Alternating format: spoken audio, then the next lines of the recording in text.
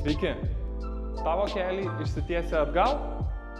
Štai 3 pratimai, kurie padės išspręsti šią problemą. Skaudančio kelio koją uždėsime ant volo, priešingą koją sulenksime, rankomis ant žemės, ieškome skausmingiausio taško šlaunyje ir atradę tą tašką pabūsime 1 minutę.